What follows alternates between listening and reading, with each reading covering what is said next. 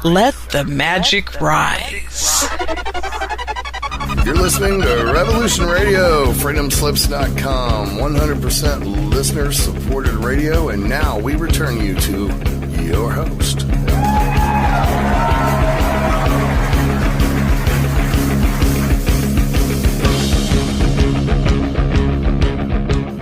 This is London Calling. My family and I. Ooh.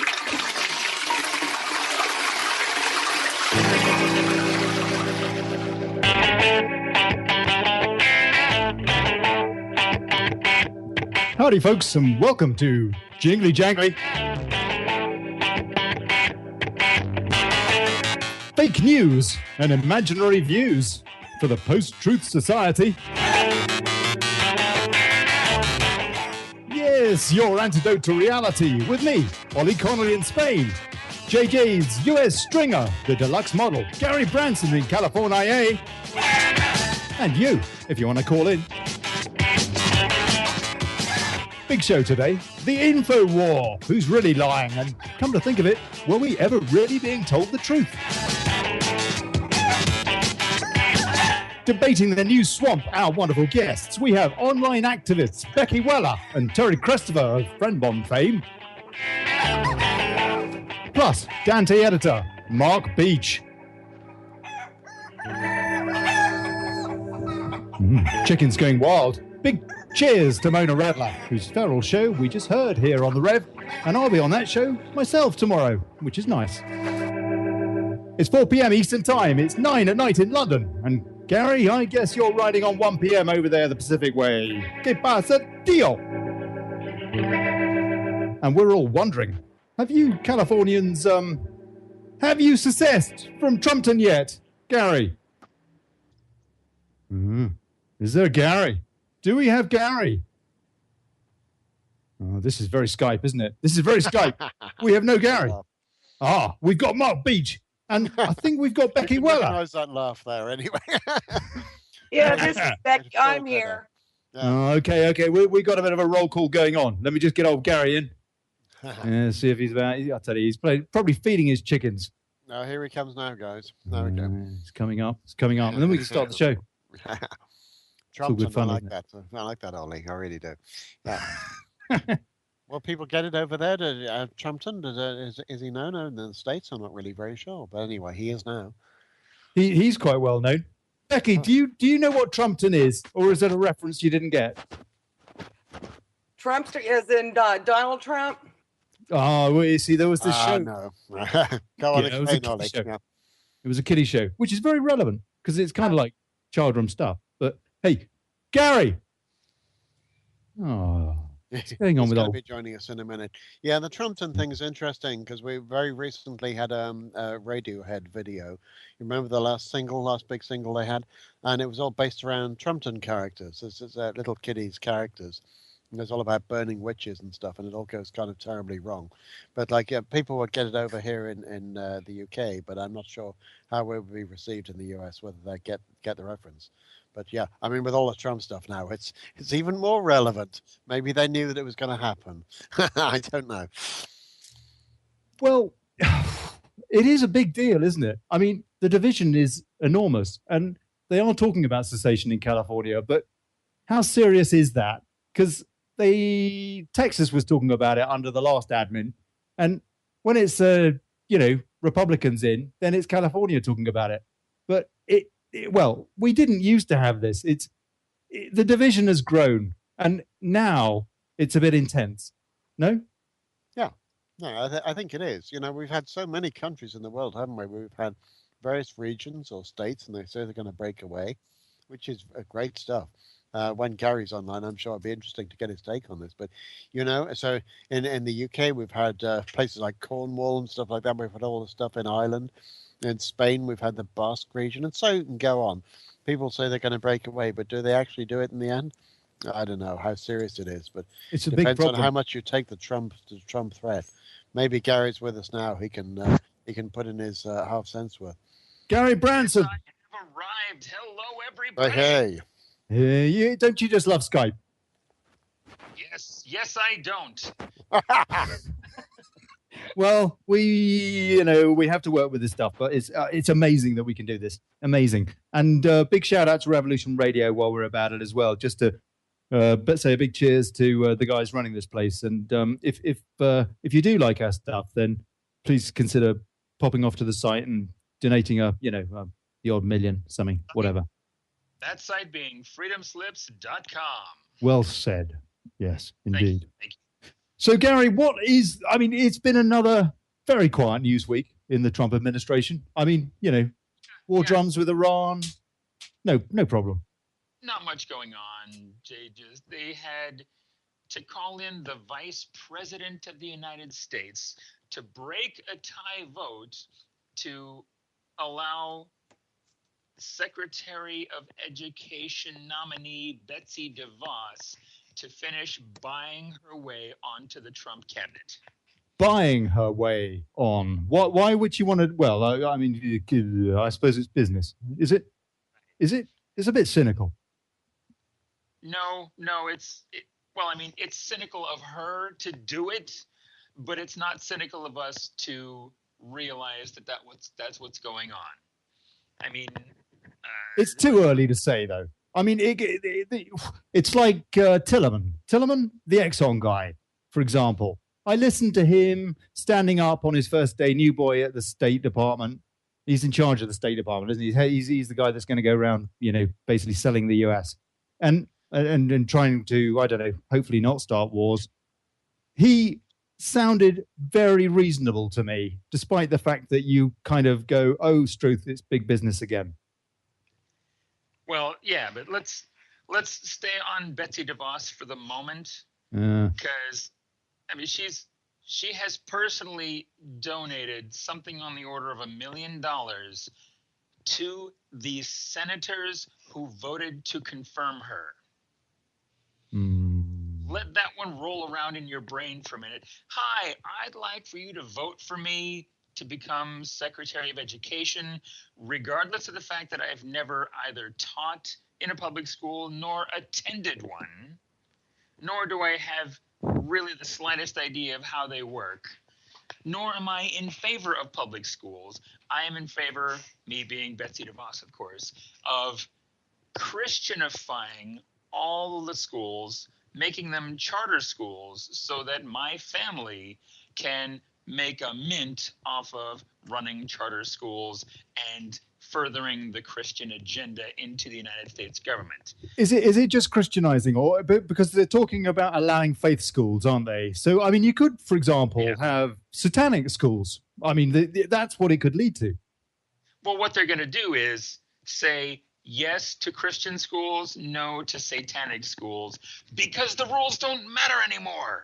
Not at all. Have they not mattered? To them, not for a long time. Like Marco Rubio took $115,000 in campaign contributions from Betsy DeVos personally. You think he's going to vote against that in his Senate vote? No. It's just a joke, isn't it? It's a joke. But you don't have democracy. You have a republic. Explain the difference, would you? A republic, a democratic republic, which is technically what we are, is we democratically elect representatives to the governing bodies, and they go and make decisions on our behalf. So that kind of sounds like a democracy. Well, strict democracy is everybody votes on everything. If we were to do it right, we would have a smartphone app for all the bills being deliberated for passage into law, and everybody would cast their vote for the issue of the day or of the hour, as the case may be. Is the essential difference the fact that one person can make executive decisions? Well, yes. Yeah, the president gets to make great swaths of executive decisions, but even on a smaller scale, all of our representatives get to make their own smaller scale executive decisions to vote or not vote for the issue of the day. Right. And their constituency doesn't really have much in the way of sway over how that works. Well, they do, because they could vote them out. Well, they have sway in a couple of years. Yes. But most people are so busy they will have forgotten everything that happened 2 years from now. I just wonder if it might be a good idea if we somehow hold politicians accountable to the mandate on which or under which they were elected. We don't have anything like that. It's the same in the UK, eh? It's the same in any so-called democracy as such. They get in with their mandate, whatever, and then they promise, Tony Blair promised a referendum years ago. Nick Clegg did. Neither of them gave it when they were in power. Cameron did, I think, as well, actually, at one stage. And then, of course, he gave it. He had to eventually, but not under the coalition that he had with Nick Clegg. But the bottom line, though, is that they get into power and they do things that are totally, totally different. And yet we don't have any comeback on that. It's like if you buy a washing machine and it ain't what it says on the tin, you can send it back. You can't do that with the political mandates. Ollie, washing machines don't come in tins. No, probably not. That would be a very, very big tin. You could put a lot of cookies. They do. They come in that tin. They come in big tins called containers from China. Good point. Oh, yeah. So what else is going on? Well, I am a bit concerned. I think actually, you know what? The number one thing I'm a bit concerned about this week is Fukushima. Because there's been quite a lot of chatter on the web about the radioactive levels, isotopes or whatever, going through the roof suddenly. I don't know how much that is true, how much of it is spin, fake news or what, but that to me is more worrying than anything else. Let me break down what's going on there. So the unit of measurement that they use for this is a sievert. Right. And one sievert is enough to make somebody get sick from radiation. Not to kill them, but to get them sick. 3 sieverts is enough to send you down the path toward cancer. 10 sieverts is enough to kill you. Like within a month, kill you, just like hard or dead. Nice. What has been the previous recorded sievert level inside the reactor? The previous recorded record for that was 71 sieverts. The latest recorded levels of radiation is 530 sieverts. Oh, sorry. According to who, though? Because these reports, we're not seeing them on, CNN, and so it can't be true. No, that's according to TEPCO. That's TEPCO. Now that's the Japanese company energy crooks. Right. Yeah. Basically. Tokyo Energy Providers or something. I forget what the P stands for, but yeah, TEPCO is the company that runs the plant. They own the plant, they run the plant, they do the measurements, they're flailing for the cleanup of this plant. Oh no, they're doing a good job. Let's give them a go. There you go. Yeah, very nice. That was fabulous. Mark, your level is very low. Can barely hear you. I will have to try shouting. Is that any better? better? That is much better. That's much better. Let's go on. What CNN said was that there's a robot. Like no. You're muffling again. Okay. There you go. That's better. Adjust this. Right. And anyway, this robot was sent into the reactor, and it had to be removed because it had camera problems, likely caused by high radiation levels. They didn't mention these sievert things, but CNN, I must say, has actually touched on it, maybe once. So I thought they were Stephen Colbert's, the sievers, are they? Yeah. Yeah. Anyway, there we go. Yeah. Okay. You're. I don't know what you're doing. It sounds as though you're scratching your something or other. Well, your microphone thingy. I'll try to adjust it as we go along. I'm scratching my microphone thing. Okay. Okay. I'll do a new one. Yeah. Gary, Carry on. what about? Tell me. The other thing really concerning this week, I would have thought, is Iran. Yeah. 2 missile tests. No, 2. So basically, they did a missile test as soon as Trump got in, and he said, kind of a bit. It reminded me of Obama's red line with Syria over chemical weapons. That went really well, didn't it? And now Trump said, you know, it's going to be wonderful, but you can't do that. You can't do that. And don't do it again. And so immediately they did it again, which is so Iran. I have to say, I thought it was quite funny in a way, but it's actually extraordinarily serious. Plus, they've got confrontations with their ships over there. This really is the biggest concern so far as the Trump's administration is concerned, isn't it? Why on earth is he provoking this with? I mean, it sounds awful. It really does sound as though he is just like Clinton, really, in the palm of the Saudis, in the palm of Netanyahu, and these various mad people. You know, it's so hard to figure out which one of the scary things Trump is doing is the biggest one. There's so many of them. It's a meteor shower of doom landing all around us, and the meteors are of all large but varying largeness. And yeah, Iran's a big one. The pipeline approvals are a big one. Ignoring Fukushima is a huge one. That one, the radiation from Fukushima has finally been found in salmon just off the Pacific coast. The cesium-134 particles that are considered the footprint of Fukushima, they've been found. Yeah, they've been found off the coast. So. And we've got this Jeff Sessions, who sounds like a really popular guy, and he's going to be in charge of the justice thing, supposedly, allegedly. That's really about how it can be best described going forward is the justice thing. Yes. It's not going to be the United States Department of Justice.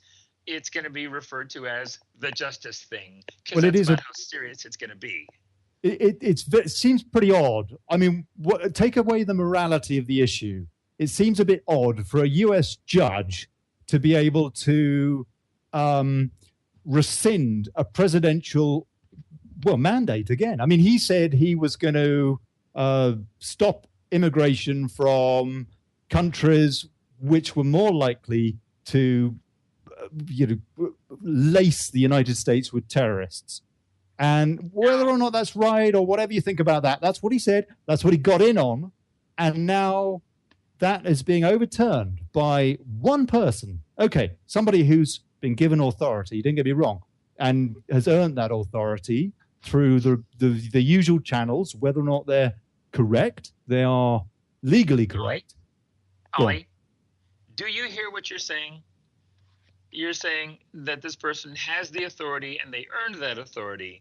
But you're also saying that they can't use that authority in this way. But he has authority too. He has a mandate. That's a really debatable statement. The fact that he lost the popular vote by 3 million votes. Well, yeah, that's again, it's like how much do you believe of that? He reckons it was 3 million illegal Mexicans that were shipped in by Hillary Clinton's brother-in-law on a bus, crammed in the back, and that they all went and voted in California or something. One bus, yeah, all 3 million of them. That's right. Yeah, they Trump also said this week that murder rates in the United States are at a 47-year high. Not remotely true. You can look these stats up. They're at almost a 47-year low. They're not looking very good in Chicago. I think it was at least 3,000 deaths in 2016. 3,000 in Chicago. I mean, Rahm Emanuel is what a. I mean, not a good thing to put on your CV, is it? No, and that's because there is no law in Chicago. They do not enforce the law other than wrongly. And so, yeah, I mean, if you get people that are in extreme poverty with no jobs even available for them to apply for, how are you going to expect people to behave themselves in that kind of a situation? Yeah. Okay. All right. Okay. Well, on the bright side, we had President Obama kite surfing with Richard Branson. I mean, that was nice to see him smiling there, wasn't it? He didn't run over any boat people either. And I know that Branson was inviting them all to Necker Island. So, I mean, that was kind of cool. He managed to dodge the boat people that he'd created from doing what he did in Libya and what have you, and palling along with old Branson. A distant relative of mine, yes. Really? Oh dear. Okay, don't play on this show. Olly, what's my last name?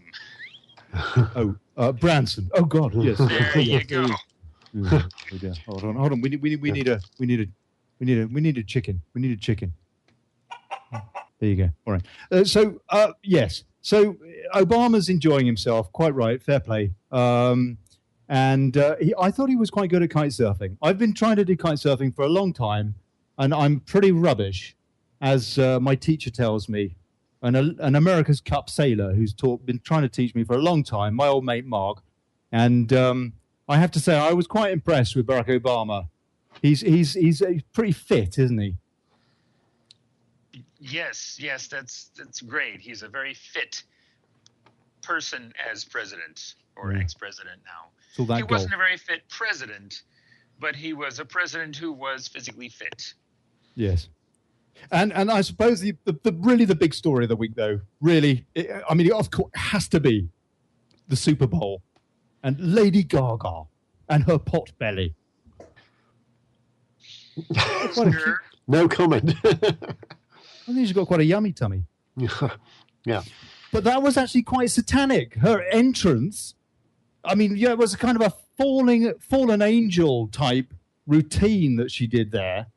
And there was quite a lot of stuff going on. It was all a bit, I don't know. Anyway, we won't get into that now, but, Okay, Yeah, it was watched by a lot of people, and I love that so much. Now, I've read a piece for Forbes today where just saying how her album sales and her song sales have just completely gone through the roof. Yeah, now, I know it happens every time that whoever does the Super Bowl always has a pretty good response, but Lady Gaga's has been pretty much, and it's a word I don't like using, but I have to, unprecedented. There's been nothing like it before. And Coldplay sales the year before were up a bit, but this is just extraordinary.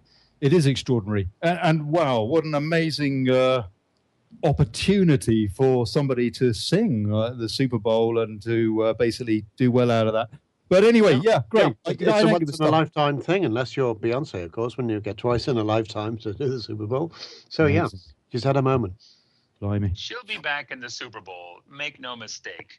Yeah, once you've been in the Super Bowl once, odds are you'll probably get back there again at some point. Well, that's only happened once ever, and that's Beyonce. It could happen again, I'm sure. But I'm surprised that Madonna hasn't. But yeah. Didn't Britney do two of them? Don't think so. I stand to be corrected on that, but someone told me earlier on today. But yeah, yeah. Out of interest, Gary. How many people would you say know what the result was, the actual score of that Super Bowl game? And by the way, I don't, and I don't care, as opposed to what executive orders were enacted this week? I would say that the ratio is about 999,999 and 9/10 to 1 for people knowing the result of the Super Bowl versus executive orders signed this week. People pay attention. People are paying attention.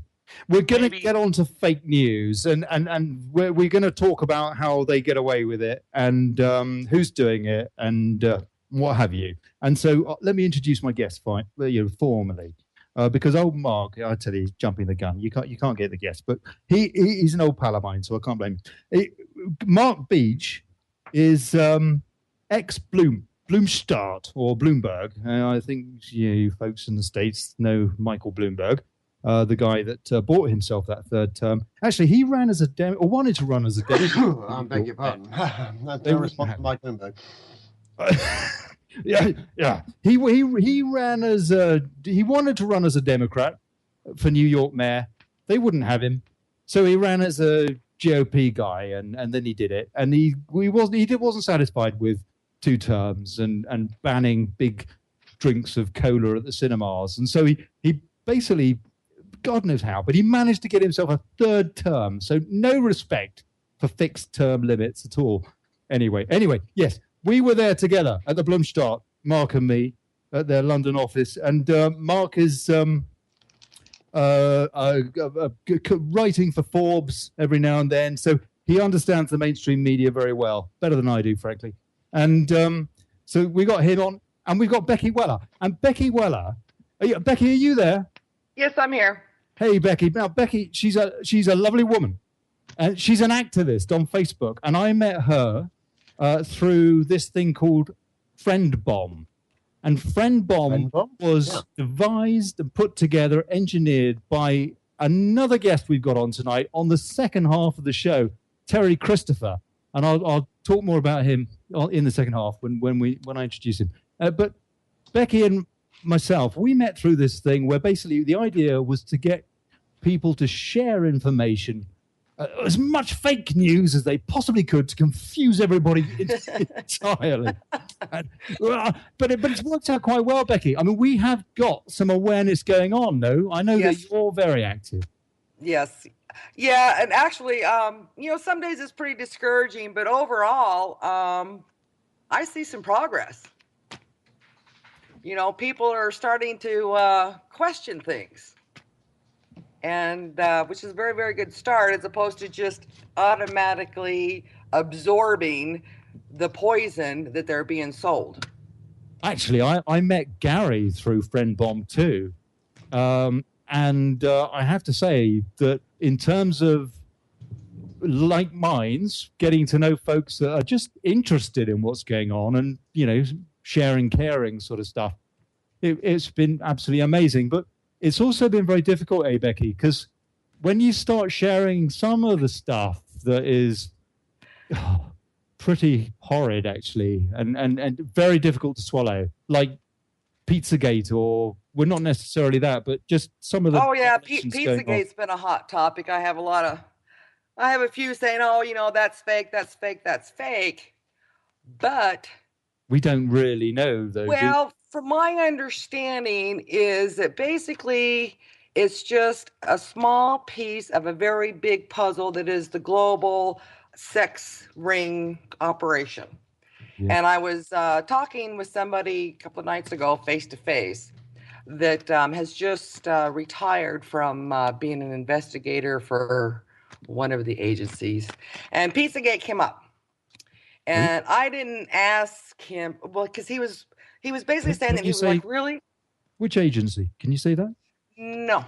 Okay. I don't want to okay. No, fair enough. risk anybody. Yeah. Well done. But he was just glad that he was not going to be shuffling through all the child pornography anymore, that after 15 years he had just pretty much had about all he can take, and that a lot of guys basically just lost it. I mean, they would hit a certain point where that was it. They just couldn't do it anymore. And so I kind of made the statement. I said, well, I think it's just a piece of the puzzle, and it's a global sex ring. And he gave me the look and gave me a very big nod. Okay. Without talking about specific topics, though, but there are some very difficult topics to discuss in any way, shape, or form. And I don't know about you, but I've lost friends I've lost Oh friends. yeah, oh yeah. I've lost a lot of friends and I've made a lot of friends. So, but the ones that I've lost, I guess, if you don't have anything in common, what have you lost? I don't know.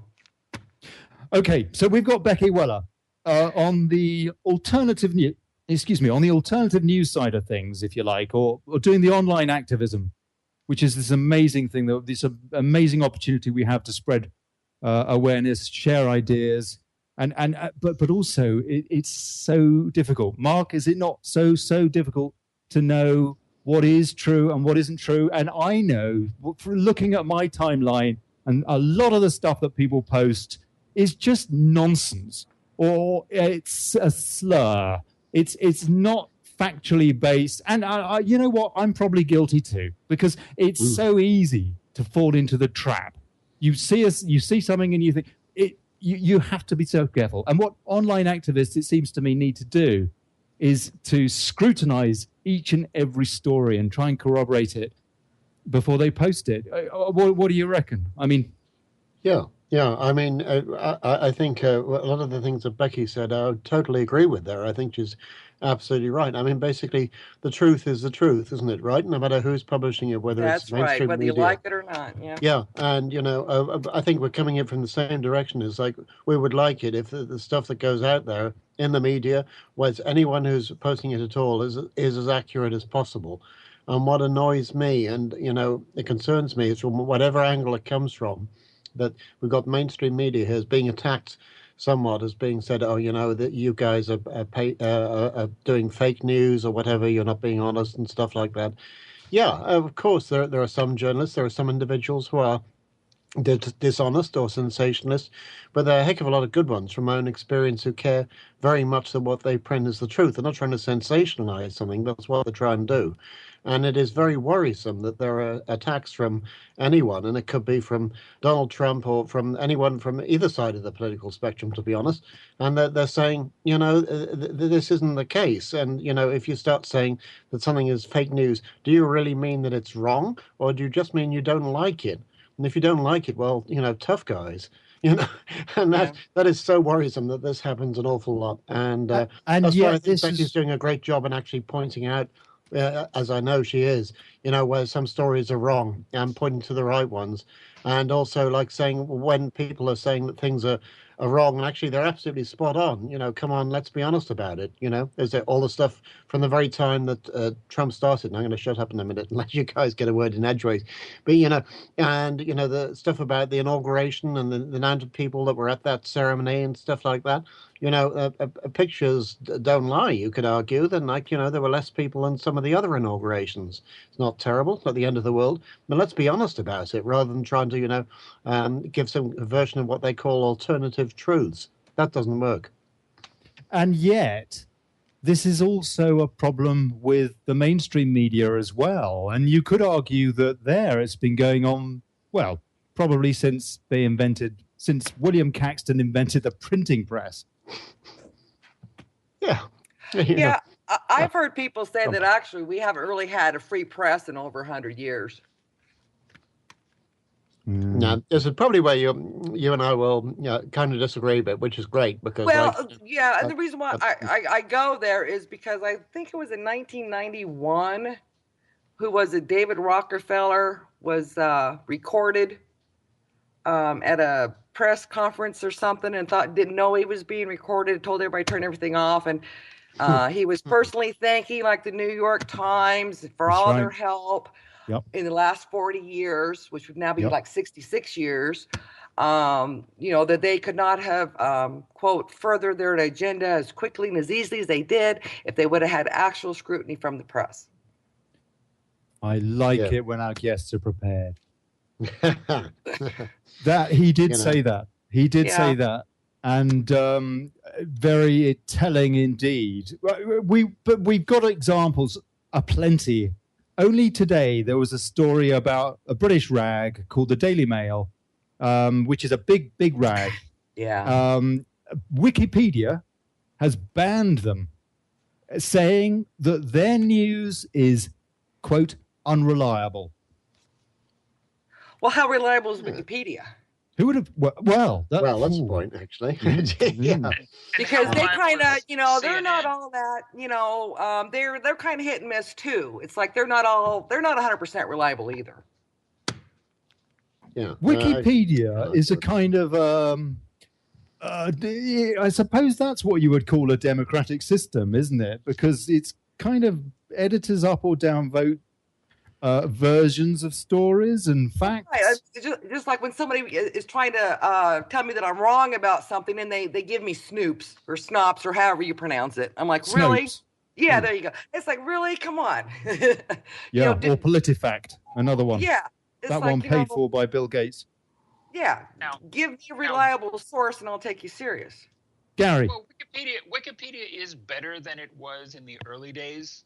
They do have more of a proper vetting process for information on their website now, but it's still everything you read, no matter where you read it, online or elsewhere. You gotta keep your wits about you. Well, exactly. And whenever I'm looking something up, I'm looking something up, if I can find 3 or 4 different sources that are they're pretty much saying the same thing, then of course I lean towards, okay, well, that's probably true. And if more people did that, we'd be. I don't know. I don't know. 3 or 4 sources.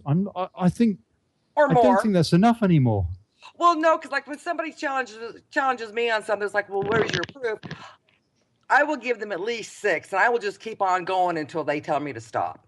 Yeah. Yeah. And it's like, I'm not just making this stuff up.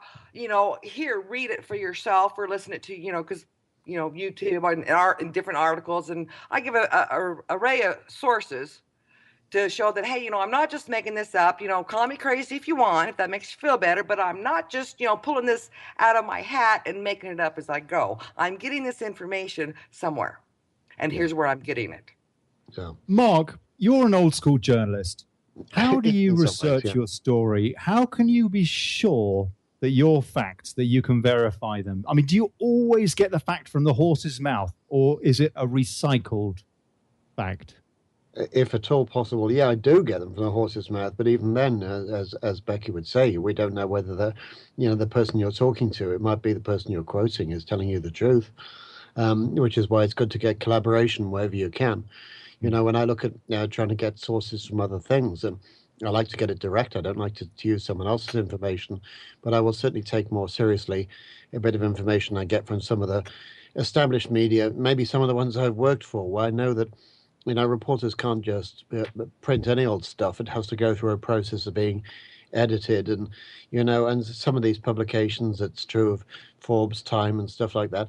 Of course, things still go wrong, but stuff doesn't just appear. If you write a statement, and as I have in some stories, like this is an upmarket area, and someone lives in a tree-lined avenue, then I'll have an editor coming on back to me saying, "How do you know this is an upmarket area? Show me, what why you're saying that." And if it's a tree-lined avenue, I've even had them saying, "How long is the avenue, and how many trees has it got in it?" and stuff like that. So of course, things can still go through wrong, but at least it's gone through quite a few hoops to get that far. I certainly know in the case of, we're talking about good old Bloomberg there, in the past, that when I'd write stuff or edit things, then would be very exacting. And if something went wrong, maybe even a very obvious typo, then it would get spotted and very publicly corrected. I have a story on President Trump. When you get Trump mentioned, say, 20 times in the story, and on the 18th time, then it's been spelt wrong. We spelt him as Tramp or something like that. Then that wouldn't be something that would be brushed under the carpet. There would be a correction which would go out and say, in the 18th paragraph, we spelt the name Trump wrong, and now it's been corrected. Not everyone is as thorough as that. Yeah, Mark, go on. Let me give you a little bit of pushback, though, because what you're talking about is nuts and bolts, spell check, and very, very granular fact checking stuff that is easy to check. But the devil is in the detail, right? But I can see where Gary's coming from, like the bigger story. Go on. Yeah, the bigger stuff is much less reliable in organizations that sell advertisements in order to make money for their news department. How do you address that? In other words, editorial policy. And so journalists are biased to the line of the newsroom, basically the accountant. Well, I can, I'm certainly not going to act as an apologist for mainstream media. It's not why I'm on here. No. I know. On the other hand, I must say that, I'll do that. But I've never filed a story for any news organization I work for personally, and I've been told, no, you can't do that because an advertiser won't like it. And in fact, to the contrary, I can think of somewhere I filed a story, and advertisers said to call up the editor and said, if that story runs, I'll pull my advertising. And the editor's response to that has been, okay, that story is definitely running, because if it didn't run, then it would look like I'm kowtowing to the advertiser. So it actually backfires on them. So, to the contrary, I would say. But I agree, this is going back for some time. Things may have changed a little bit now. So, and I'm not talking about all media.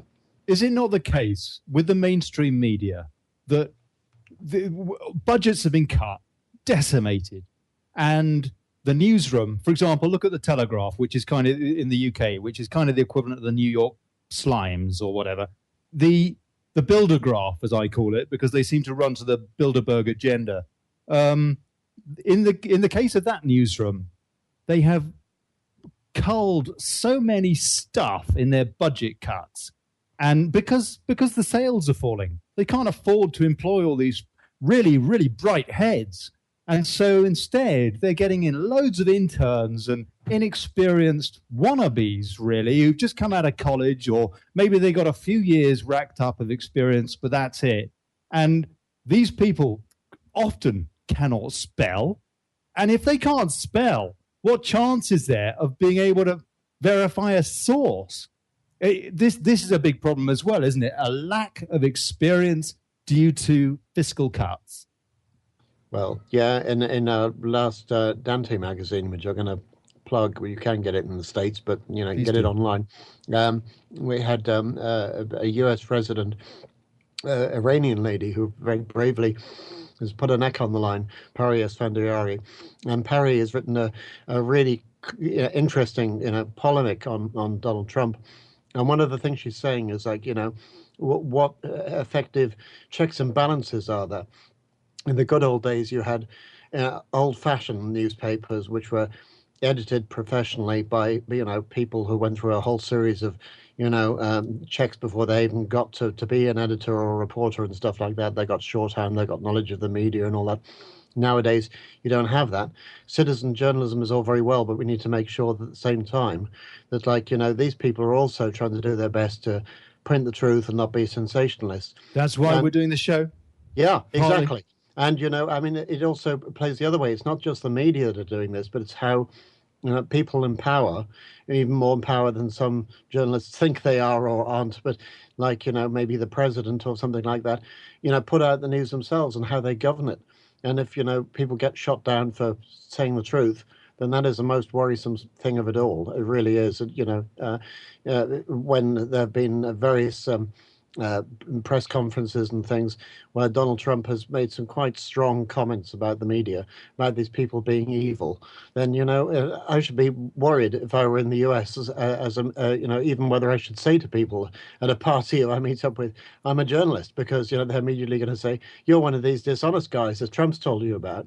Well, actually, I try my level best not to be, but that is dangerous. Now, not just for journalists, it's for truth as well. Right, but here's something that's been a concern of mine for a decade plus, is going back to the Iraq War. Dick Cheney would do things like give a statement to the New York Times, and then like leak a statement to the New York Times, and then the New York Times would print that. And then Dick Cheney would come back later talking about the article in the New York Times saying, people are saying fill in the blank propaganda in support of the Iraq War. Yep. When it was, in fact, the people that he's talking about are Dick Cheney himself. Yeah. And the New York Times prints it. Yeah. So how are we able to trust big media on big issues anymore after seeing that kind of thing happen? Okay, I'll give you another example. That's a good example. I'll give you another one. The Sun newspaper, Rupert Murdoch. They printed a story which helped Tony Blair sway the parliamentary vote to take Britain into the Iraq War, supporting George Bush. Therefore, Bush suddenly had a mandate. Apparently, it was still an illegal war, in my opinion. Well, anyway, the Sun headline was Brits 45 minutes from doom. And the deal was Murdoch's paper was saying that Saddam Hussein could fire his weapons of mass destruction onto London, and that they would be there as soon as he pressed the button. 45 minutes, and we were gone. That was it. I mean, it was the worst fake news ever, and it helped Tony Blair, that war criminal scum. Sorry, hold on a sec. Hold on. Wait, I've got Sorry. Yeah, to take us to war. And this goes back 240 years or 340. Since the American Revolution, every war that the United States has been involved in was started on a lie and sold by the press. How can we ever trust the mainstream media after that? Right. Now, Mark. you think I can be silent on this? No, I'm pointing the figure in your general direction. Yeah. You know, I mean, it's very easy to look at any report, and whether it's the little detail, like we talked about earlier on, as Gary is rightly saying, it's the bigger story as well. And say, you know, this is not right, or whatever, you know. And because of that, of course, you can say, why should we ever trust these guys ever again? But it sort of doesn't work like that. It's a bit like, I'll give you a little bit of a digression, which perhaps... Well, it's like the boy that cried wolf, isn't it? It's like the boy that cried wolf. Yeah, exactly. But, you know, there was a long time ago when I was in jury service here in the UK, and I saw this very clearly where, you know, the prosecution witness would be interrogated by the attorney, the barrister, as we have, and asked a question, and they'd drill down until someone would crack. There would a single word that you've said. And it sort of doesn't work like that. That's because, you know, one thing or whatever is wrong, even a big thing, it doesn't make absolutely everything of the millions of words that the press publish immediately be, you know, wrong as well. They might be questionable, which is good. I think that people should question the press at every occasion, and they should question, you know, the truth, and they should certainly question politicians. But to say that because this is going on, it's wrong, is going a bit too far. It's awfully frustrating. It's awfully frustrating. We have fake news. We have spun news. We have just Google search results. We have clickbait, where the headline says something and then the story is completely different. We have misinformation like Snopes and PolitiFact. With outright character assassination of, say, Trump by the Clintonistas, or the Farage by the entire British establishment media, pretty much. But Jeremy Corbyn, who is completely the opposite end of the political spectrum, but again, he's not like part of the club, as George Carlin famously said. And now of Marine Le Pen, for example, being lambasted, possibly, you know, fairly to a certain extent. But on the other hand, people are desperate. What we saw with Trump, what we saw with Brexit, what we've seen with Jeremy Corbyn, I guess, his election in the UK as the Labour, as the opposition leader. What we've seen is people, they want change. And despite all of these things that have happened in 2016, which was a year of change, the people like, you know, Juncker bloke in, is it with a J or a W? One of them. That bloke in Brussels, one of the presidents. Yeah, people like him are not listening. Merkel is not listening. And so what are we going to do? We're going to end up with people like Geert Wilders in the Netherlands, who really is right-wing, in his case, far more than Marine Le Pen. We're going to have people like him kicking out really, really having a nasty situation in the Netherlands.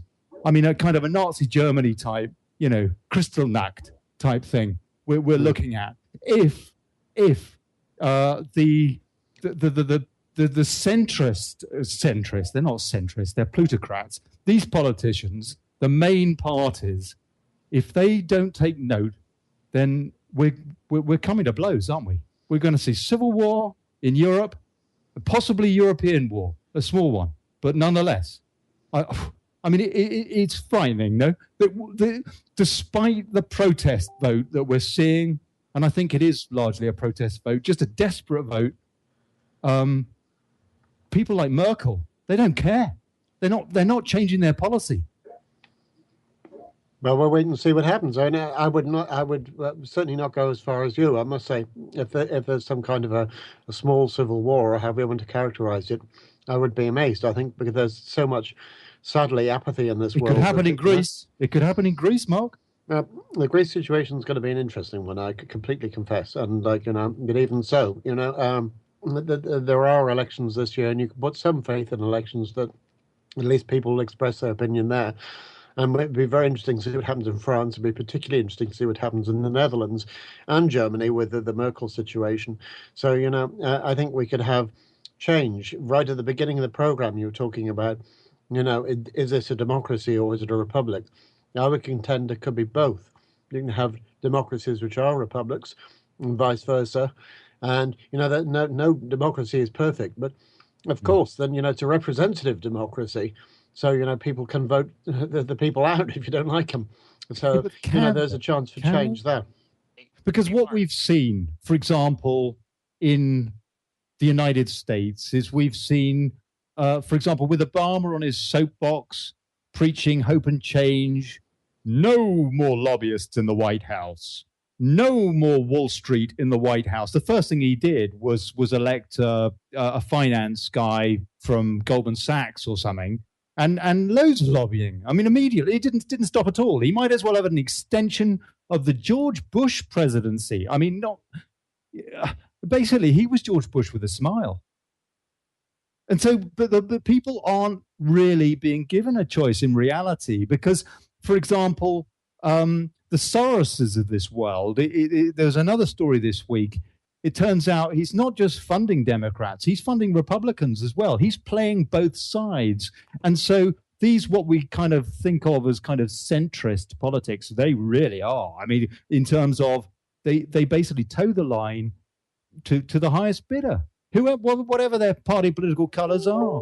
We're seeing it in the US, we're seeing it in the UK, we're seeing it everywhere. No? Here's another thing. Becky, what do you think about this? Darling. Oh, Becky's been having a connection trouble. Becky, Gary, back? Yeah, we've had Skype issues here. We've still got Mark. We've got Gary back. Gary, what do you think of that? Well, let me give you the other thing that I wanted to talk about this week on this exact vein is that in the House of Representatives, the Republican majority just voted to eliminate the only federal agency that makes sure voting machines can't be hacked. The Election Assistance Commission, part of the FEC, the Federal Election Commission, that they just voted to eliminate that portion of the Federal Election Commission. And these are the guys that their one job is to make it so that people can vote easily and have their votes counted accurately. And the Republicans want to get rid of that. How can we have actual representative democracy when one half of our political leadership wants to get rid of the ability to have verifiable democracy? This is one of the biggest constitutional crises of this week. I would love to say of the decade, but it's just of this week. It's ridiculous. Hold on. Gary, repeat that if you will. You're saying these machines, these voting machines, which to me is a ridiculous idea anyway, because you can hack them. Right. The Republicans are saying keep them. The Democrats are saying get rid of them. Is that right? it's not quite so divided down the middle of the lines like that as you might think it is, but the Oh, hold on. Oh, blimey. Oh, top of the hour. Oh, very, very quick. Okay, we'll be back. We'll be back. We're going to go for a pee and grab a beer or whatever, and we'll be back.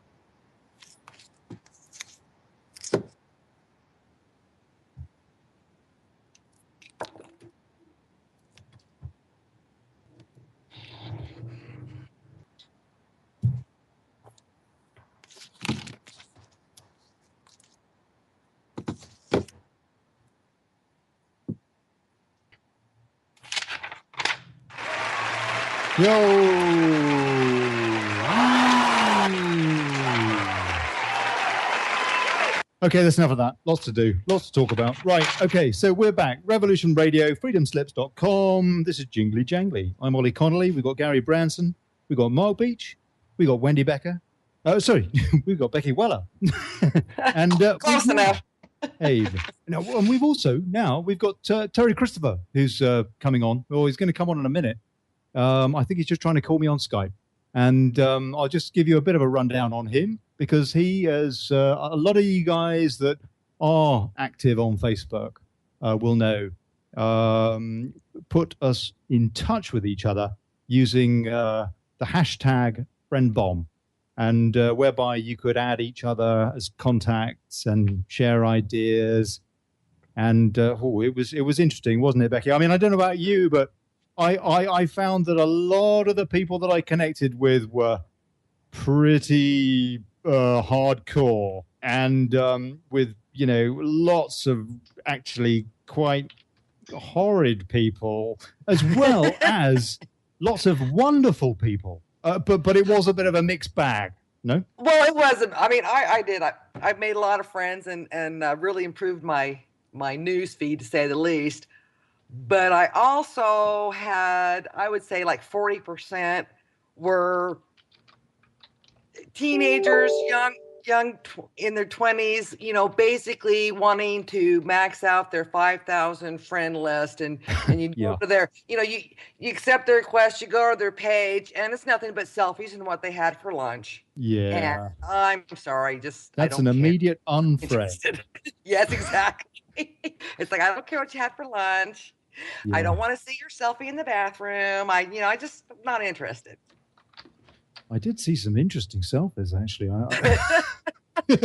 Oh, okay. Well, we've got the guy that put together the friend bomb, Terry Christopher. And he has not only done that, but he's also connected, millions of truth-minded individuals through Facebook. And he's the founder of March Against Mainstream Media, which went viral and had over 160 events worldwide. So he knows a thing or two about being active, about drumming up some awareness. Terry Christopher. Yes, Ollie, thanks for having me. How's it going?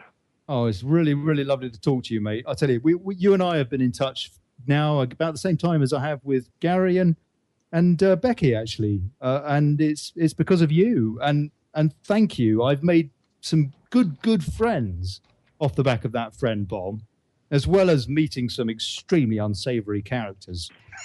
There was a lot absolutely. Of both of that. You must be proud of what that achieved. Yeah, I really am. I still get messages to this day, once in a while, from people telling me they find out that I did that, and they message me on Facebook. They ask me if it was me. I say, yeah, I organized it, and they're like, thank you so much. I met my husband, or I met my wife. It's just like, geez, it's already been a couple of years now since the beginning when we first started. I think we did the first one in like 2013 or 14. And it's just like, wow, people are meeting their spouses. And I had somebody in the States met his wife in Australia, and it's just, yeah, it's mind blowing what the outcome was with the friend bomb. Absolutely. It has been a fascinating social experiment.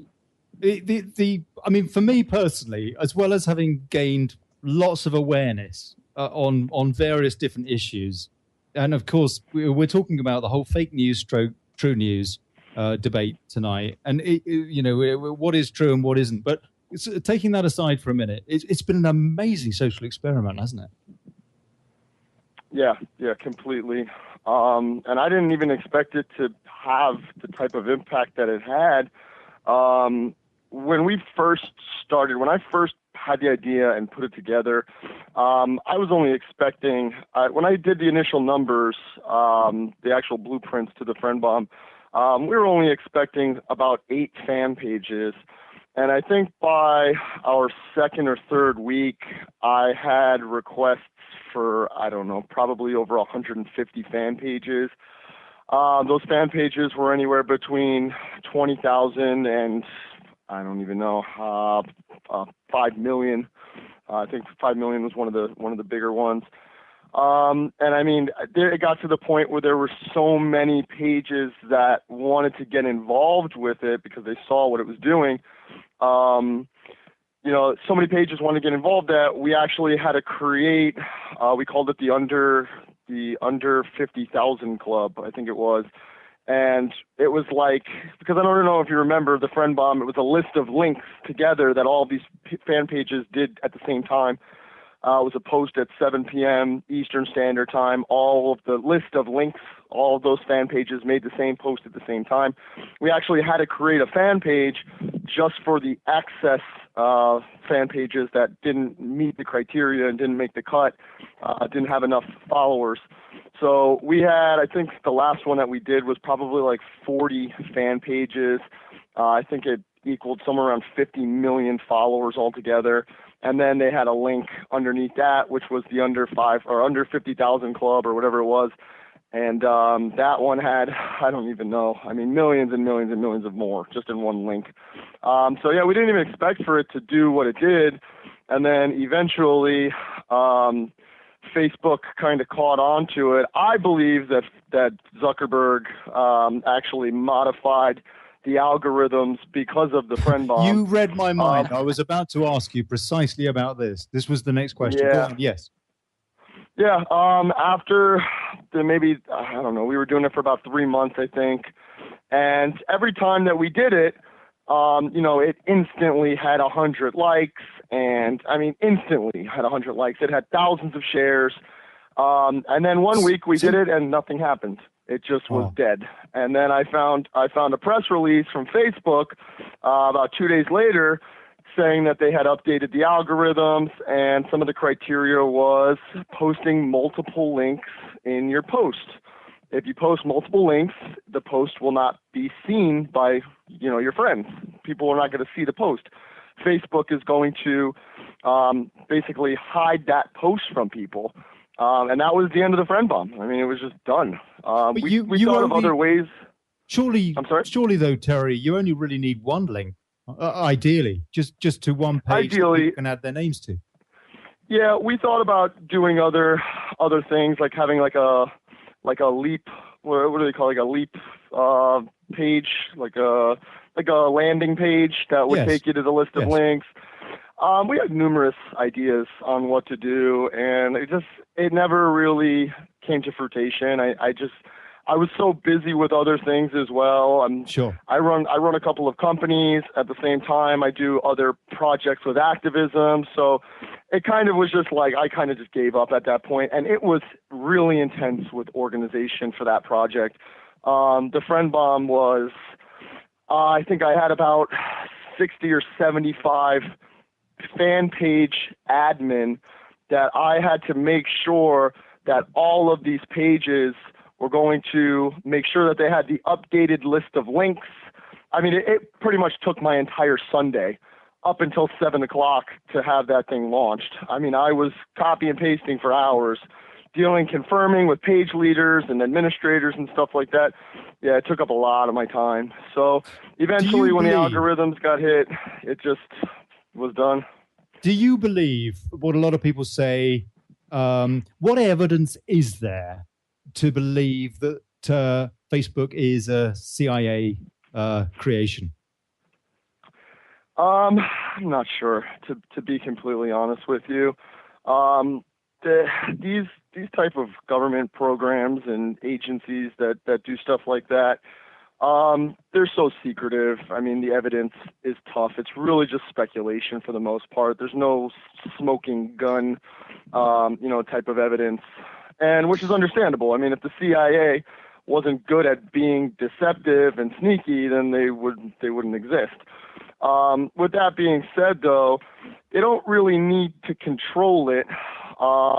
They can just monitor it. So they really don't need to do anything at all. But, just let Facebook do its thing.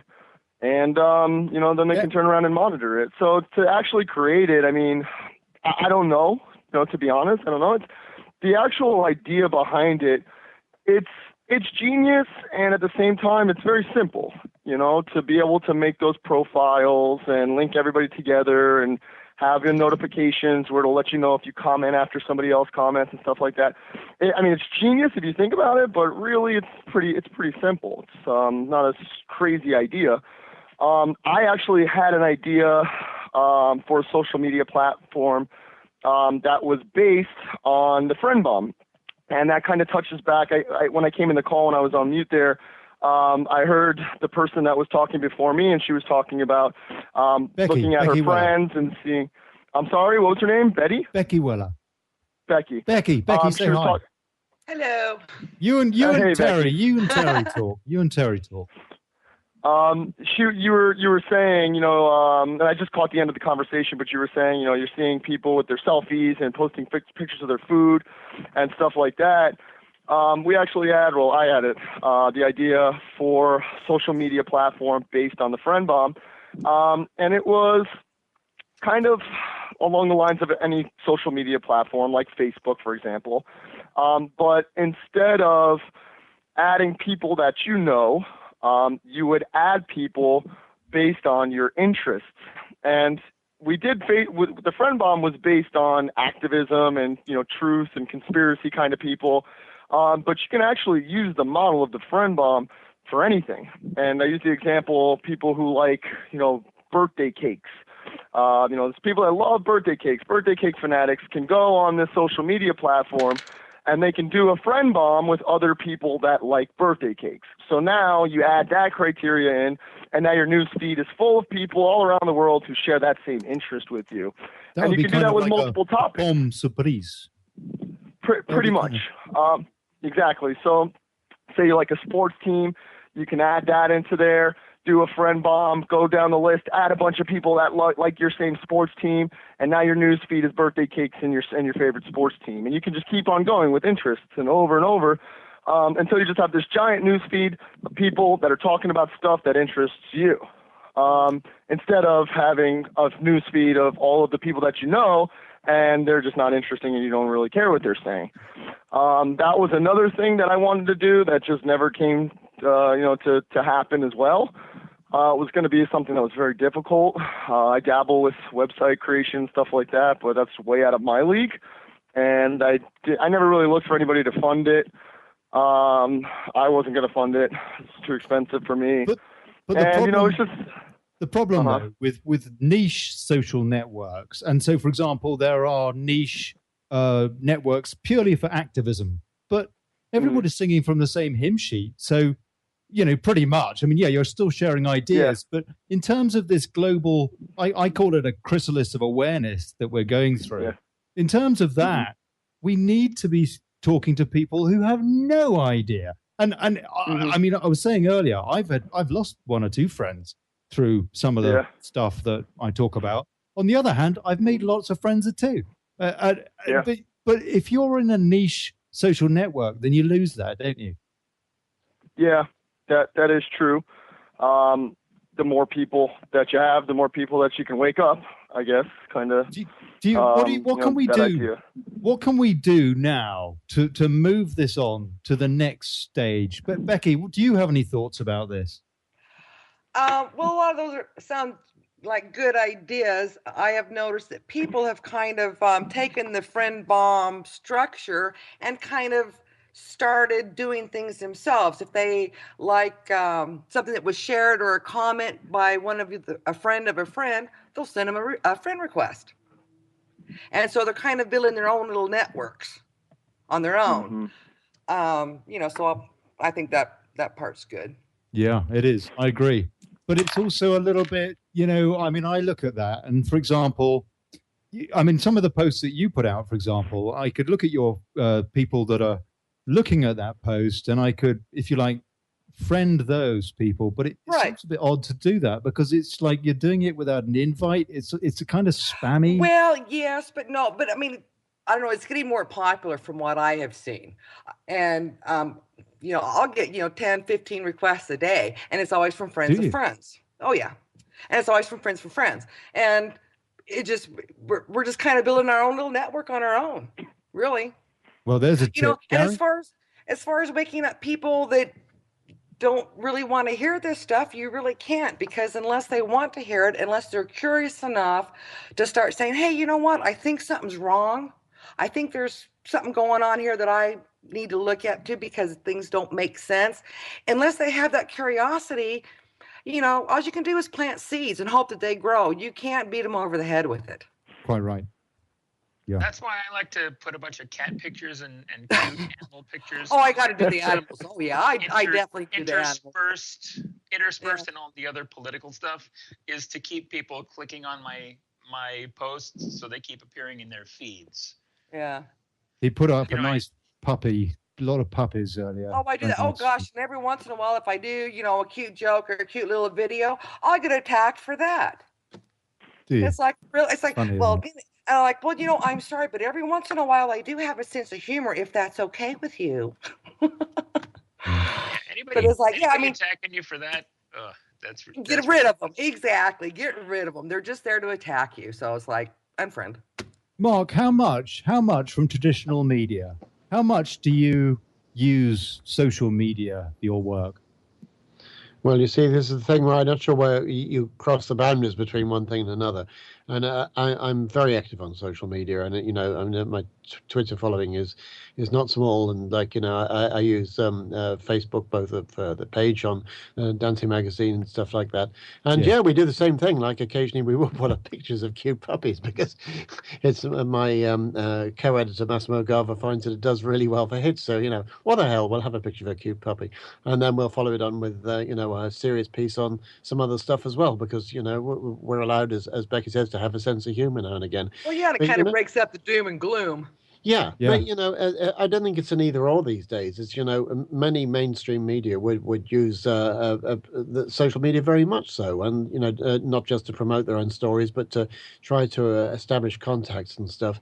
I've had this very much where maybe I've sent a tweet on something I've been writing an obituary on, like George Michael's died or something. So I'll send this, and then I'll get a Twitter message coming in from the BBC saying, "Can you go on and do a live interview now?" And the reason why they've contacted me is not because that particular producer's got me in the contacts book probably, but just because I've been tweeting on it. So it works both ways. And traditional media, social media, that they're all getting mixed up now. Terry, I know you're not going to be on here for long, and so I want to ask you. I know you've only got about another 5-10 minutes. Tell me a bit about what you were doing with the march against mainstream media. Tell me a bit about that. Okay. Well, it all started, I was working with some of the activists over in California who were doing the march against Monsanto. And that was when I first really got active in going out and, protesting or, I marched on people. That, by the way. I joined in with that. I went to the one down in Miami. And the next day, it was huge. The event was huge. We shut down the streets, and it was a big thing. And also, it was big all around the world.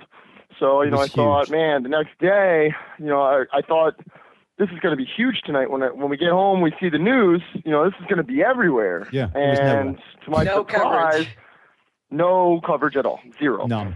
So the next day, my whole concept was, the media is going to be the problem here, because if we can change the media, then we can really start alerting people to things that are going on that are important, instead of, celebrity garbage and, the crap that we normally see.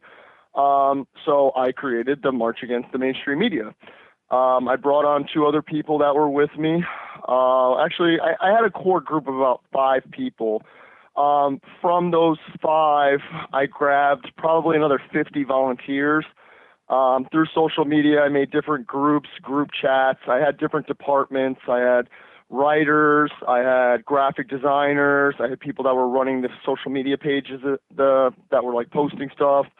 I had public relations people. I just had odd job groups. And the whole idea was to have a protest at every studio location for the mainstream media headquarters in the United States was originally what we were going to do.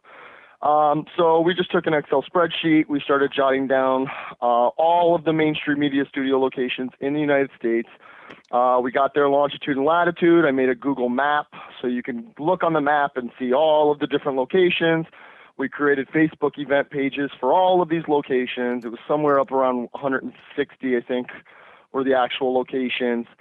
And we started to promote it, and it just grew and grew and grew. I was getting calls from all over the world, actually. Over in Europe, I was getting a lot of calls. Occupy from London got really involved, and I think they were at the time, I think it was Cameron, who was the minister. They went and protested at his house, and just crazy stuff happened.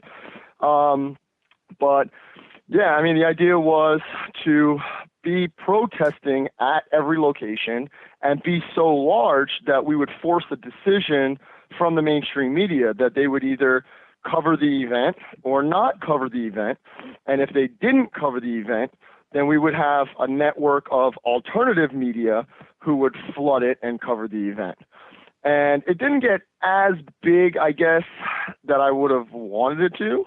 I mean, it went international, but because it was so spread out, and there were so many locations, I mean, the most we had was probably 100 people at one location, and I think that was up in New York City.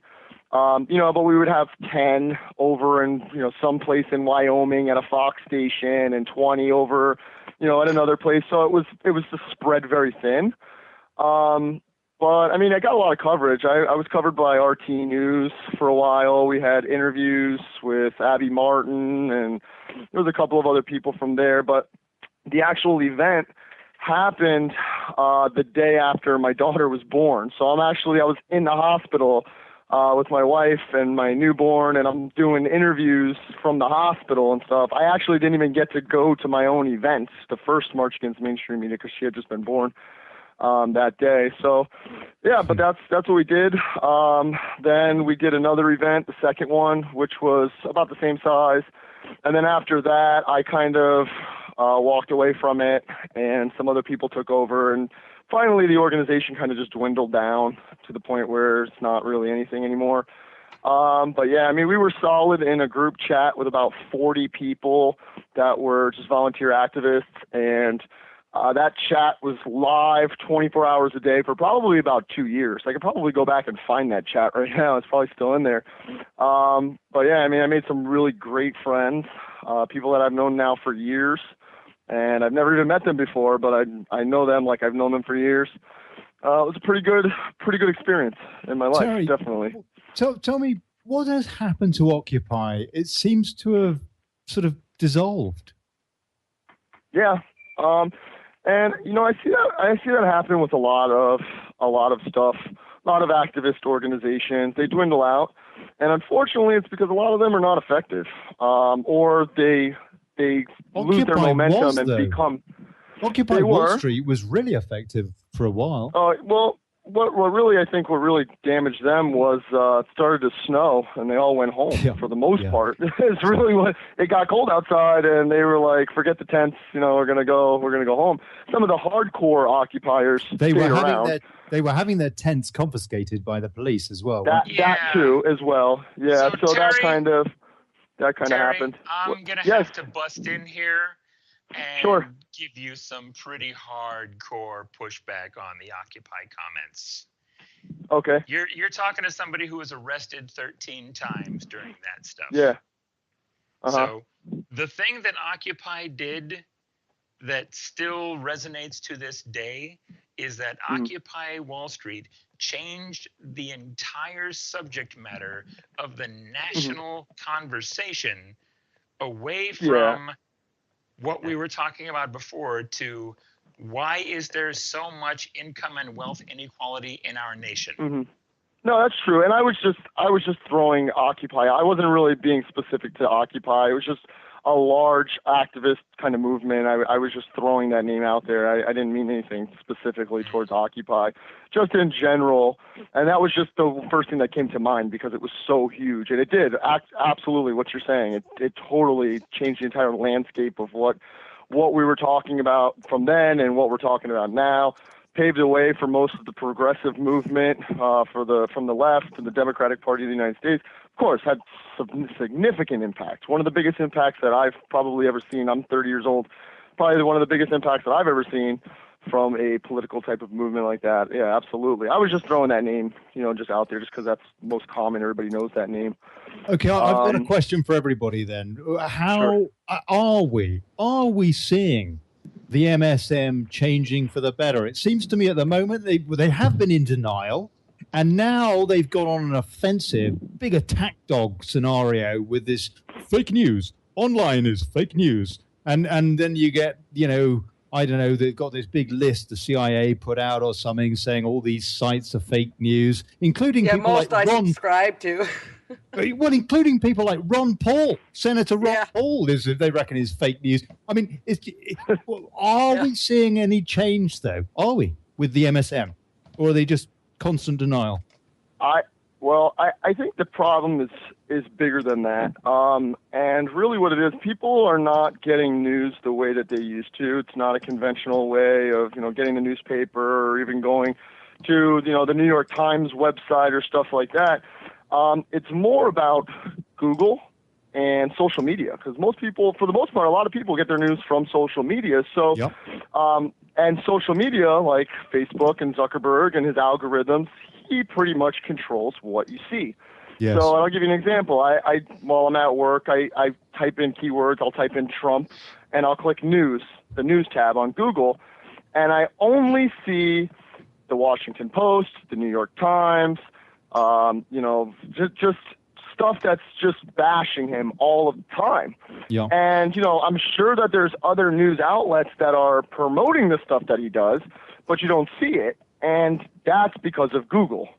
So really, it's not even just the mainstream media anymore. It's the actual social media and Google, which Google are controlling and limiting, what you're seeing. Yeah, Google will definitely control what your results are. I haven't used Google in years, unless I'm using Google Map to find someplace. I use different search engines that DuckDuckGo, stuff like that. That's exactly what I use. And for the most part, the public at large is using Google. Yeah, I know. They're getting their information from Facebook and Twitter, and that stuff is all controlled. So these large corporations like Google and Facebook. I'm sorry? Do no evil. Yeah, exactly. But slogan or something. They had to change it. See no, hear no, something like that. I don't know. It was don't be evil. Yeah, that was the thing that was in their mission statement, and in 2015 they took it out of their mission statement. I don't They changed it. Yeah, so I read about this on Forbes not very long ago, where they're actually talking about that. And Nikki Sixx and all the people, and the musicians going up against YouTube were saying, "Don't be evil, Google." Like, pay musicians fairly. They actually turned around the slogan and used it back on Google, which is quite funny. Nice. Yeah. I tell you, anybody out there, if you're using Chrome, Google Chrome, get rid of it. Uninstall it immediately. It's tracking your every move. Yep. And I hate to think, but there's actually an add-on that you can. I don't know whether you can get it on Chrome. Quite possibly not, but you can certainly get it on Firefox, an add-on which allows you to tell every time that Google specifically tracks you. And if you put this thing on, it goes ding every time there's another cookie or something that Google is basically spying on you with. And if you install this thing, I'm not joking, every second or third second, this thing is going ding, ding, ding. It's just unbelievable. Google is a spy trap. Yes, it is. It's a Ollie, horrid, what's horrid the name of that? company. What's the name of that add-on, Ollie? Let's let everybody know. Google Tracker. I think it's something like that. If you put Google Tracker Tracker. add-on, you'll find it. Yeah, that's amazing. That kind of goes back to what you were talking about earlier about, do you think, the CIA and government agencies, intelligence agencies did Facebook?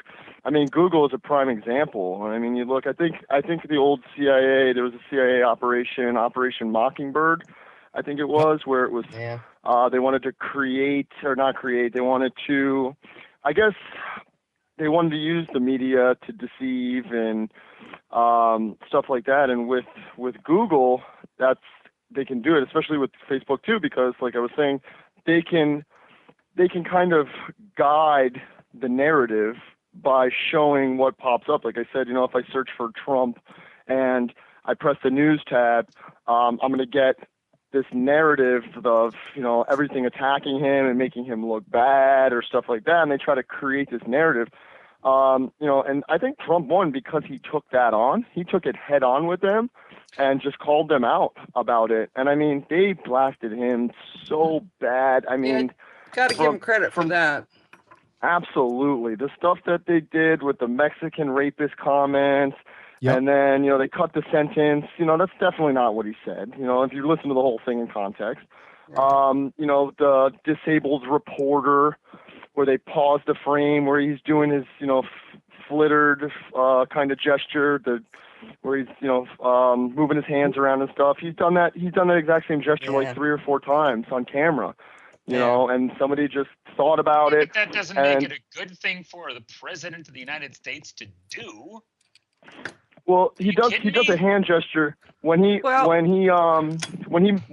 the part, when he pretends to be someone who doesn't know how to answer a question. He starts to flail his arms around like, I don't know what I'm saying, I don't know the answer. That's right. And he did that about Tom. Sure. He did that with Ted Cruz. He did that with a general. Hang on, he did that with a Gary, couple. Sure.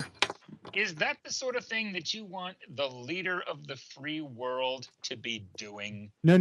But that's not what Terry is saying. He's saying it's just for Trump a natural mannerism. Whether it looks silly or what. It's just a natural. Whenever he's describing someone who's unable to answer the question and stuttering, he does these hand movements, and the media just portrayed it that he was making fun of a disabled reporter when he really wasn't. He's just making these hand gestures, and the proof is he's done that hand gesture several different times in the same situation.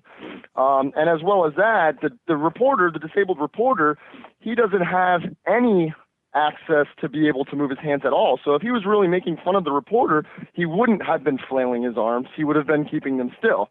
And they just This is very debatable. This is debatable, though, isn't it? It's so debatable. Of course. The thing about it is, you get back to the CIA and the mind control program. The number one, the easiest way is form control is mind control is you control the information. Mm-hmm.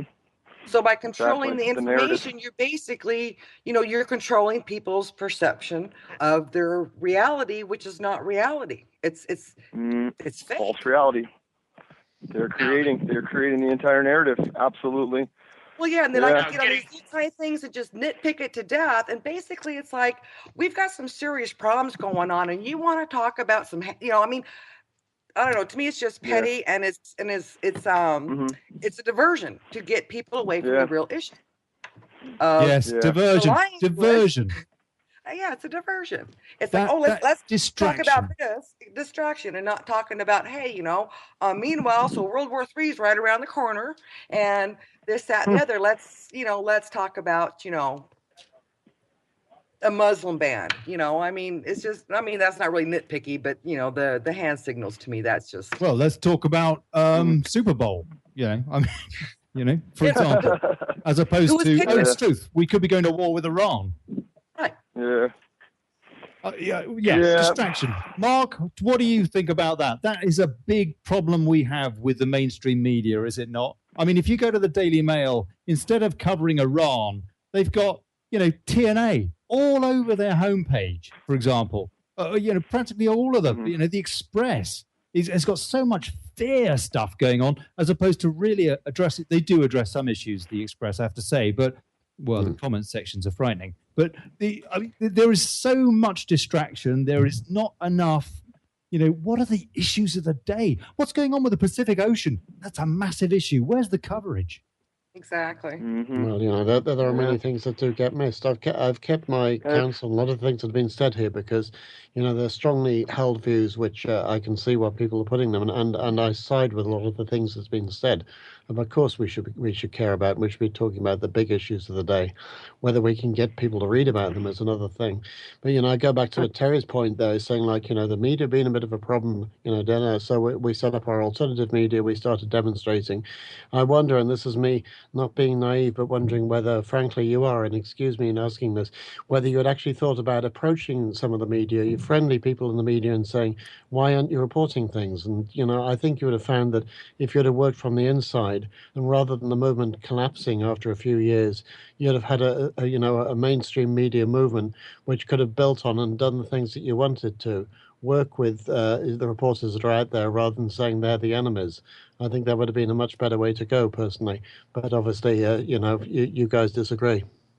Well, isn't most newspapers and the TV stations, aren't they all kind of pretty much owned by the same entities?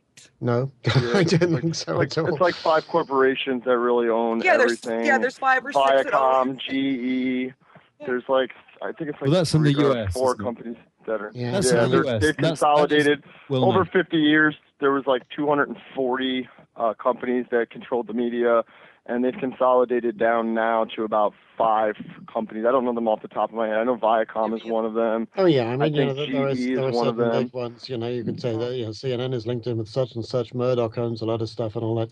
That's true. Exactly. But then you have to start thinking how much are you really going to say that these people are all controlling what's going out, and and to a large degree, I think that what they're doing is that they want to make money.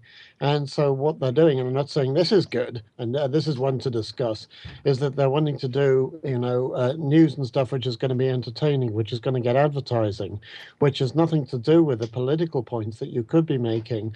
It's more to do with the fact that they know that by covering the celebrity news and that sort of stuff, then that's the stuff that they've perceived, rightly or wrongly, that people want to read about. And that's a different issue altogether to saying, these people are all politically evil and they're all on the same side. Maybe they are, but, clearly the commercial reality is something that, can't be missed. If you're going to talk about, what's wrong with the media, you need to think about that above all else. Hold on. Let me just make a little statement here on behalf of Jingly-Jangly, because I want to say that as far as I'm concerned, I don't know exactly the facts, because I'm not a statistician. I haven't collected the data and what have you. But it seems to me that in any industry, in any walk of life, you've got white hats and you've got black hats. And I think that's the case with the mainstream media as well. I know people. Black hats, we're not talking about ones that say, grab my pussy, or this pussy grabs back, or make America great again. What's the difference here, Olly? And I'm not getting it. Right, good ones and bad ones, you mean? Well, yeah, on both sides. I think there are. I mean, I know if I look at my wall on Facebook, some of the stuff that's posted there is horrendous. Far, far worse, frankly, than you see on CNN. But on the other hand, there's a lot more people that are active online than are involved in the mainstream media now. It has been overtaken in that sense. But I think it's unfair to tar everybody in the mainstream media with that brush, albeit that I think as a whole, the mainstream media, for whatever reason, and I think you came up with a good reason there as well, Mark, is perverting the true running order in terms of what really matters. Yeah, but it's also a question of an alternative. It's all very well saying that, like, the New York Times or the BBC or whatever your favorite news organization to knock is doing a bad job, which is, Yeah. by the way, exactly what the president's doing. And I would really hope that, True. we could, sort of guard against some of the good, truth-telling things that some of these organizations have done. Watergate, hey, we've had that if the press had been That was squashed. a long time ago. It was a long time ago, Watergate but it could could not happen happen again. today. Who says it won't happen again? Like, I'm not saying anything about our current president, God forbid. But, I mean, it's good that there's someone who's out there standing up for, values of justice and decency and stuff like that. And as I say, what's the alternative? If our alternative is to say we're going to have citizen journalism, we're going to have lots of people on social media doing great stuff, yeah, all the rest of it, friend bomb, whatever it is, are these going to be the people who are going to have the resoluteness to be able to get to the bottom of things and to show the issues in the way that, really should be done for the sake of not just them, but for all of us? I have to say, you mentioned Watergate, so that was Carl Bernstein, wasn't it? Carl Bernstein, who now is on CNN. And whenever I hear him talking about Trump, he is so one-sided. He doesn't have anything good to say about the guy. I mean, as far as I'm concerned, there's good and bad in everyone, and it's a question of what's the ratio. And in the case of Trump, well, I'm really not sure, to be honest with you. I really don't know. After his 100 days, I'll look at what his contract with the American people, that 100-day plan. I'll look at that. I'll tick the boxes and I'll do the crosses, and then I'll be able to see is he true to what he said. And some of that stuff maybe wasn't good in the first place. But I mean, Carl Bernstein, for example, just because you mentioned Watergate, I mean, what he did there with Washington Post was Washington Post, wasn't it? It was amazing. But I don't think he's doing that kind of thing anymore. It's like he sold out just to get on the CNN payroll. You've got people it's a bit like, John Lennon said later in life, didn't he? It's like, when he stood down for a while and stopped doing things, and he said, like, I've made my contribution to society and now I'm going to retire.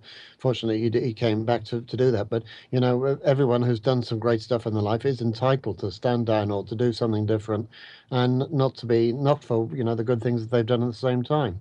But he reckons he's a journalist now. But to me, journalism is about balance. It's about looking at the good and bad on both sides. But I mean, you look at. I mean, I called it when I did the promo for this show earlier and put it out on the Fastbook. I mentioned CNN. I called it the Clintonista News Network because to me that is absolutely categorically, and I'm being balanced. That's what the campaign was. It was purely a Clinton campaign. And BBC, I wrote the Brussels Broadcasting Corporation because during the Brexit debate, they were so pro-Remain and they were so anti anything to do. And you look at the number of people that they have on their debates, on one side of the debate or the other, and they have way more people on the Remain side. And with the Trump-Clinton battle, they had way more people backing Clinton. I mean, you with CNN, again, Carl Bernstein working for them. I remember watching, because I watched all the debates and the primary debates. And it's sad. I know it's sad. And with the CNN, I remember one night I was watching their, post-debate analysis. They had 9 people around that oval table or whatever, and they had 9 people, and 1 person was in the camp of Trump.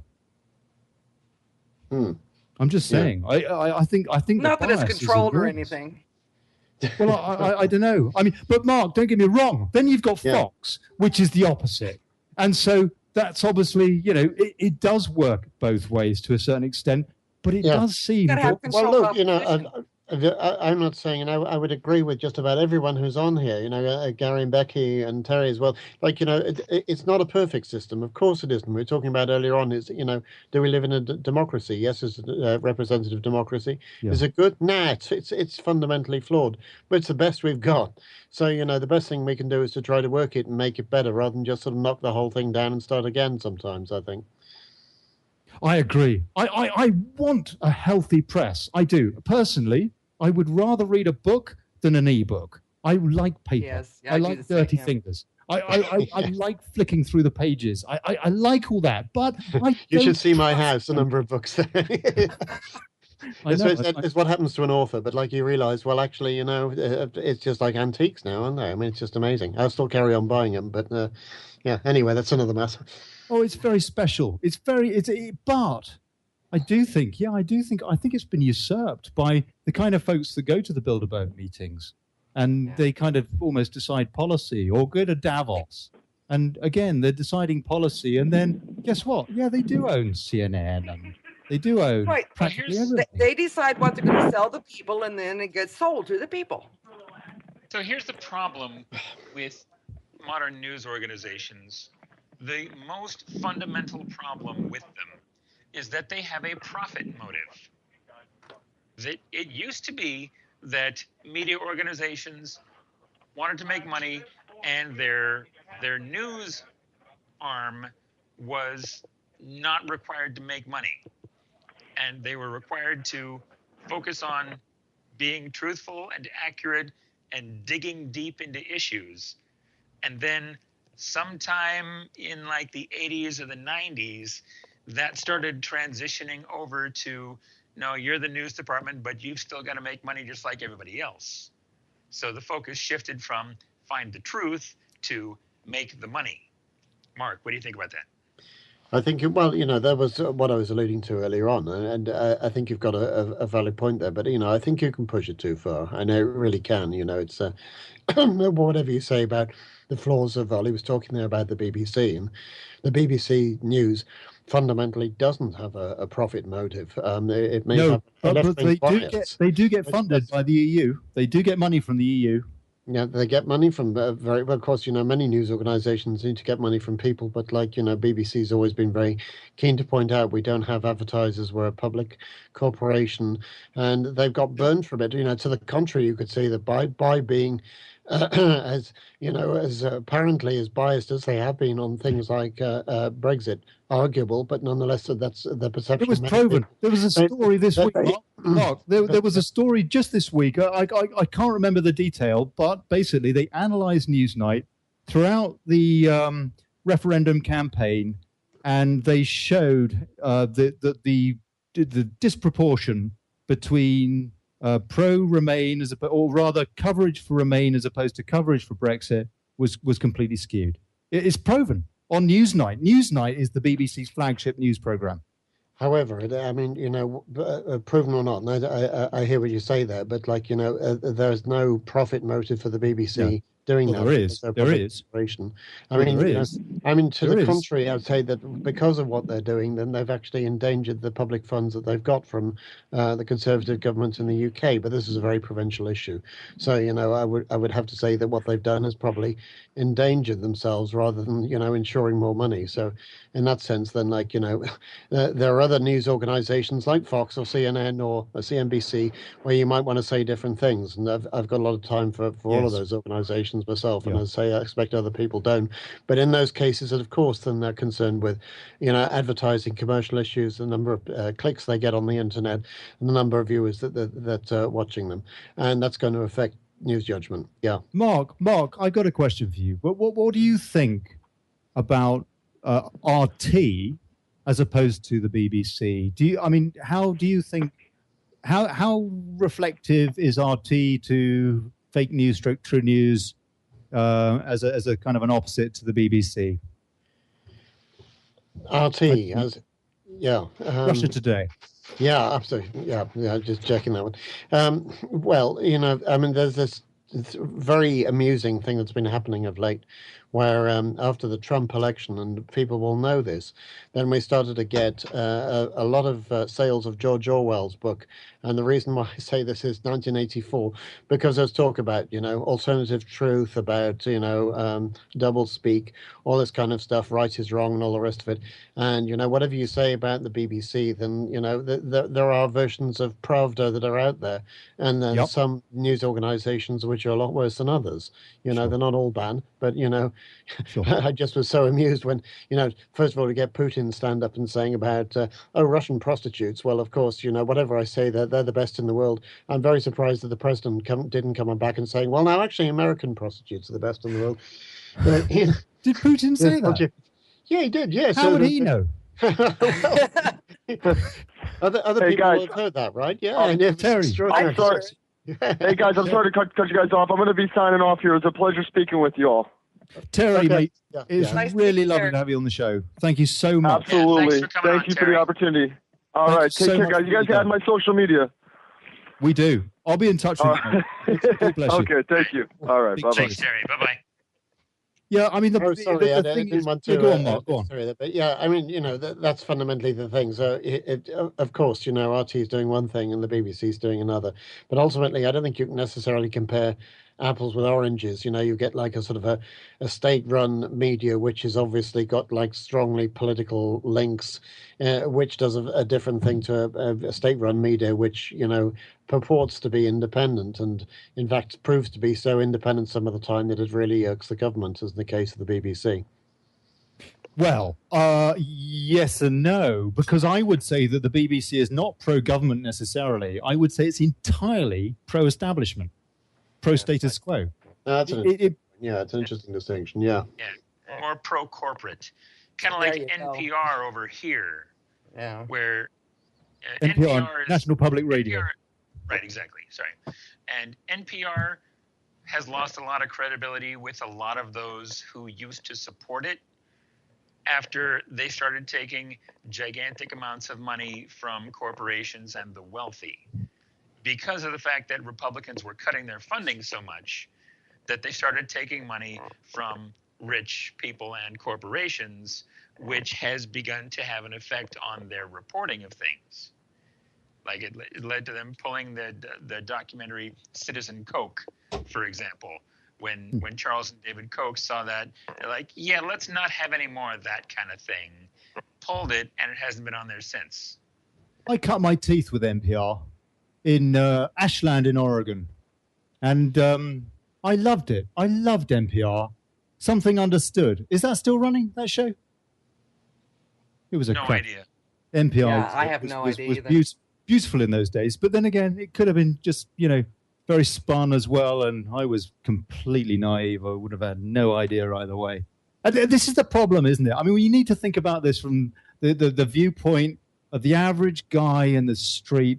How do they work out what is and isn't worth reading? Because to me, it's exactly the same as eating something, putting something in your stomach, and is that poison or is it good for you? I think personally they should have health warnings on media outlets as well, saying this is biased and it will pollute your mind that way, which is fine if that's what you want, but do not expect it to be balanced. And then it's fair. Who assigns those labels, Ollie? Who assigns those labels? Very difficult. Somebody has to be in charge of that.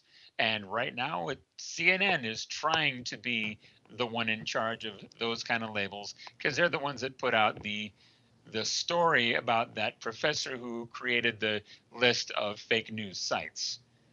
Even though he made a nuanced list of sites that were full-blown fake news, sites that were just massively exaggerated, and sites that have a political leaning. But CNN puts it all out as everybody on this list is fake news. And everybody who doesn't know all of these sites does not notice the few sites in there that have been included as simply having a leaning, and they're all listed in the mind of the average person who doesn't have time to sift through it all. The average person thinks, oh, those are all fake news, so if I see that name, I know fake news, ignore it, even though it's just a news organization that has a particular bent to it. But isn't that, whatever you say is that bad, then how do you respond at all to the president who goes out and says that CNN is fake news just over the one story? I'd have thought that, if anyone's going to be a target, it's going to be any politician who goes out and gives a news conference that gives a lot of very dubious statements and attacks the media if they don't report them. There'd be a much better case. There was a internet meme that happened in the last week, where someone said, well, what's the response to that? Maybe it's a presidential news conference and you put it on delay and you stop it every time someone says something and you fact check it. And you'll find out that, a significant amount of the time it's wrong. But I think really, anyone who's criticizing the mainstream media some of the time is really criticizing the messenger rather than the person who's delivering it in the first place, and that should be your main concern. Well, I mean, Trump just lies all day, every day anyway. Like I was mentioning earlier, this week he's saying that murder rates are at a 47-year high right now, when it's more like they're at a 47-year low. Yeah, but the media, you see, can be damned if you do and damned if you don't. If you report that stuff, then you're going to get shot down because, the facts go in the way of it.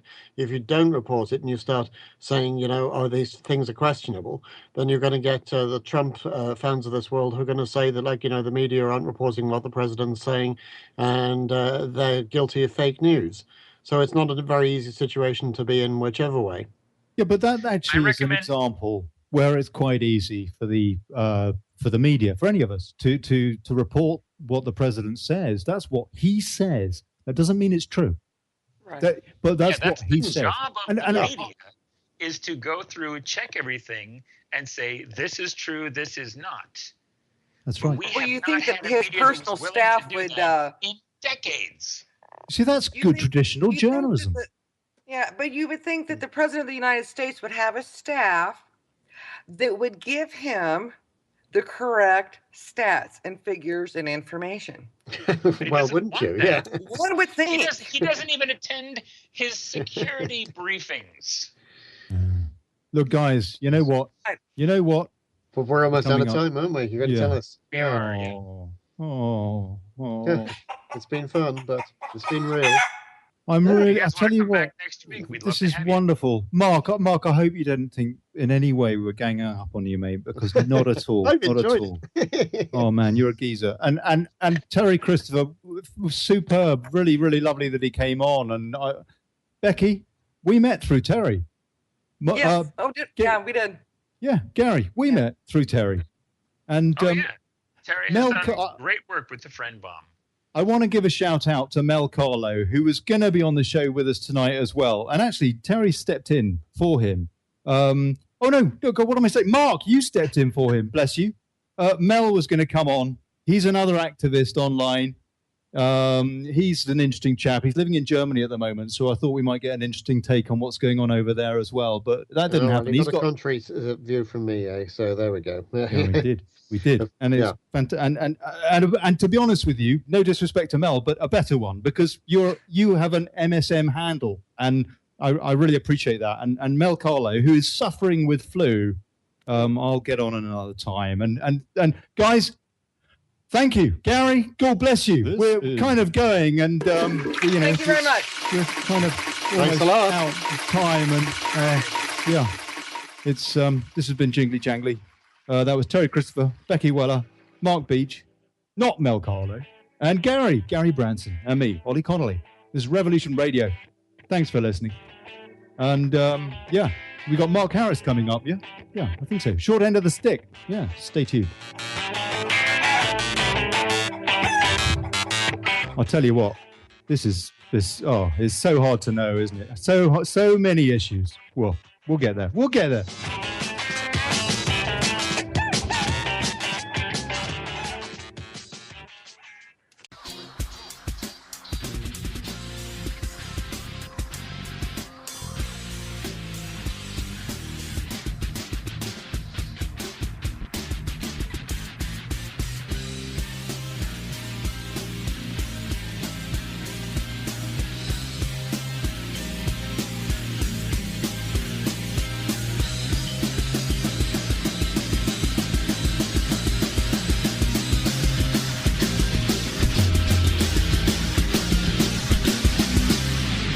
Listening to Revolution Radio.